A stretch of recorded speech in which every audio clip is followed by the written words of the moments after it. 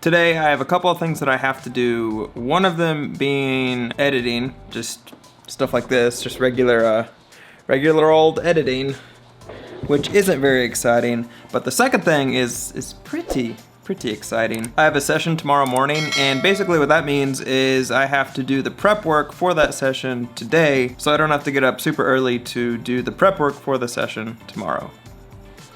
And the prep work is gonna look different for every session that I do, but today I have to do a couple of things.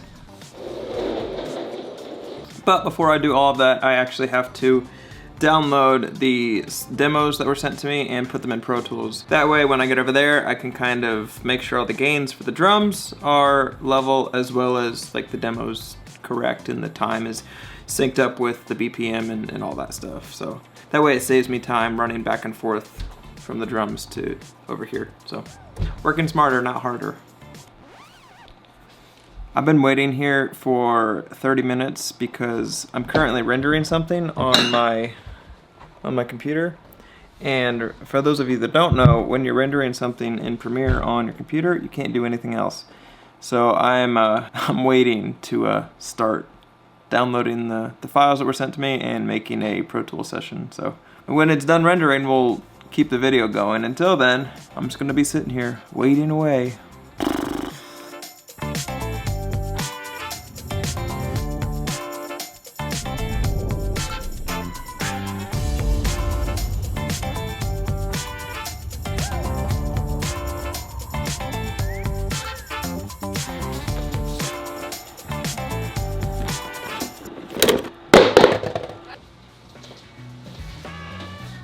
While I'm waiting, I figured I would show you what I got from Black Friday. That the mini fridge cost me $25 at Walmart, and it's literally just for holding bubbly water. But the only bad thing is it's so small that it actually only fits one of these sideways. So I'm gonna get some canned bubbly water like LaCroix or something like that, because that can actually house 6 stacked on top. This is just fancy from Trader Joe's, and it's too big for that fridge.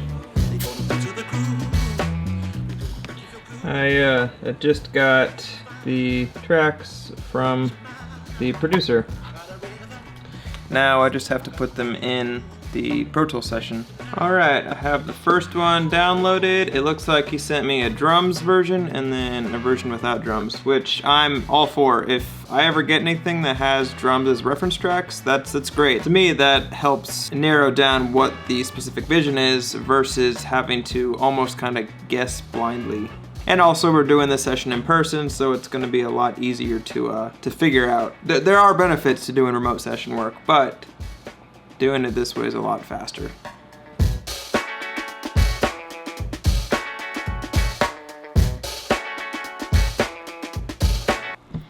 Alright, I just finished putting everything into the 2 sessions, and now I'm going to take everything over here and basically get everything ready to go, so that when the producer gets here tomorrow, we can just hit the ground running and start recording. I am not going to chart the songs until tomorrow so that I have fresh perspective and I don't overthink it, because I have a tendency to do that. And I found for me, it works better if I don't listen to the song until right before I'm going to record, and that way I can just go with my instincts instead of second guessing.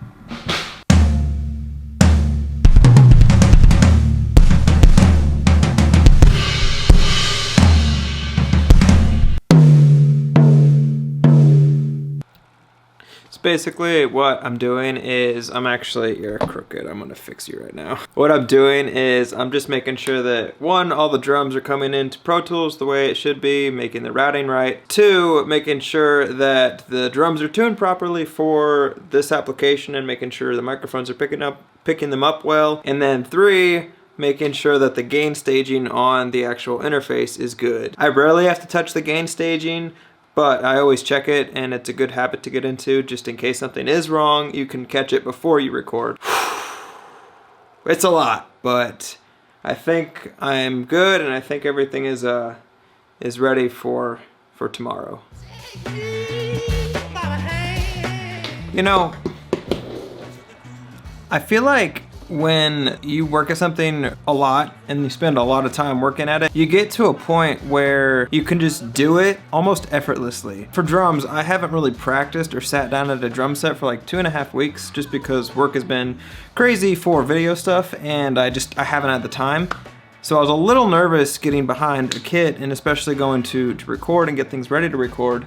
But it was honestly just like riding a bicycle. Like, I didn't feel like I was handicapped at all, or I didn't feel like I needed to practice or get back into shape. But I do remember when I was younger, I wouldn't practice for like a week or even less than that. And when I would come back, it would feel completely foreign. The reason I'm saying all this is there a point to which you reach a certain skill level at doing a specific thing to where you don't have to really practice to like keep your chops up. Now, I'm not saying that you shouldn't practice and you shouldn't get better and you shouldn't want to improve. I'm just saying, is there a point where it's just so ingrained in you that if you don't do it for a while, then it's not really affecting you at all? I don't really know if that's actually accurate or not. It's just off of one specific experience, and I could be way off on that, but if you feel that way, let me know in the comments, because it's an interesting thing, and it's a pleasant surprise, but it is a surprise